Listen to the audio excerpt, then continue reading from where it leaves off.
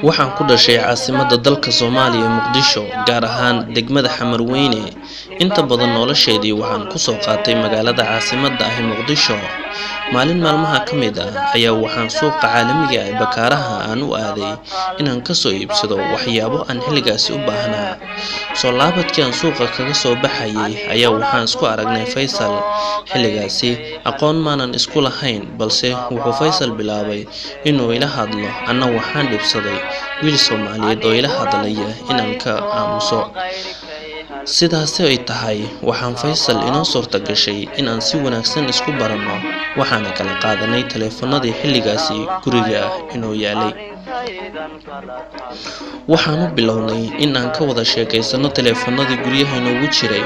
Muddo kooban ayaa wuxuu Faysal iga keensaday in aan ka helo, waayo wuxuu ahaa nin aniga oo dhan i dhex qaaday.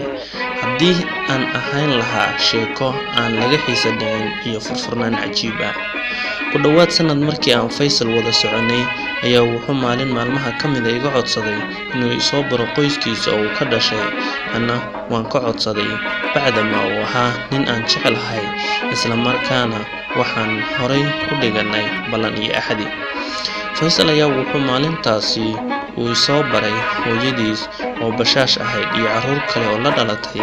Hase yeeshee, xilligii aan guriga ka soo baxayay ayaa waxaa yimid Faysal aabihii oo ahaa nin lacag leh, isla markaasina halkaasi la igu baray. Faysal aabihii oo aan doonaynin in aan halkan magaciisa ka sheego ayaa 2 cisho kadib ii soo wacay, wuxuuna igu dhahay waxaad tahay gabar yar oo cajiib ah. Wuxuu intaasi ii raaciyay in aan ahay gabar fantastic ah. Intaan qoslay ayaa waxaan ku yidhi adeer waa caadi. Saa intuu carooday ayaa wuxuu si qaylo leh igu yidhi na adeer ha idhihin ee macaanay dheh. Xaqiiqdii waan naxay. Waxaan ku dhahay soo ma tihid gacaliyahayga aabihiis. Intuu mar kale caroodo ayaa wuxuu igu dhahay ha ku riyoon in uu wiilkayga ku guursado ee ogow anaa ku guursanaya. Haddaad taasi ogolaato, ogow waxaad noqonaysaa naag lacag leh. Aad baan ula yaabay hadallada uu ileeyahay. Anigoo la yaaban ayaa telefoonkii ku jaray. Hase ahaatee, ninkii ma aha nin quusanaya, ileen waa nin ay dhab ka tahay.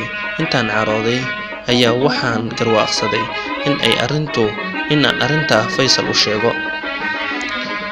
Faysal ayaa intaan wacay si hoose u weydiiyay inuu aabihiis caafimaad qabo iyo in kale.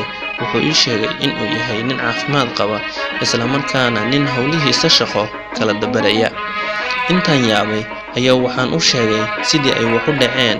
Hase yeeshee, Faysal oo aan ka filayay inuu arrinkaasi ka dhiidhiyo ayaa wuxuu igu dhahay waa caadi taasi, aniga iyo aabbahay ninkii calaf kugu leh ayaad la hooyanaysaa. Wuxuu igu celiyay mar kale inuu aabihiis ileen sheekaysan karo waa haddii uu doono. Intaan ka carooday hadalka uu Faysal ileeyahay ayaa waxaan garwaaqsaday in aan dib dambe oo la hadlin. Kolkii hore waxaan la yaabanaa halka uu odayga ka soo helay telefoonkayga, tii oo ay ii dheerayd hadalkii yaabka lahaa ee ugu yiri Faysal. Ugu dambeyn waxaan soo xaqiiqsaday in Faysal iyo aabihiis ay iska warqabeen oo uu Faysal doonayay oo qura ah inuu ii shukaamiyo aabihiis si uu ii guursado. Hadda waxaan ku noolahay caasimadda dalka Kenya ee Nairobi. Daawadow, maxaad igula talinaysaa?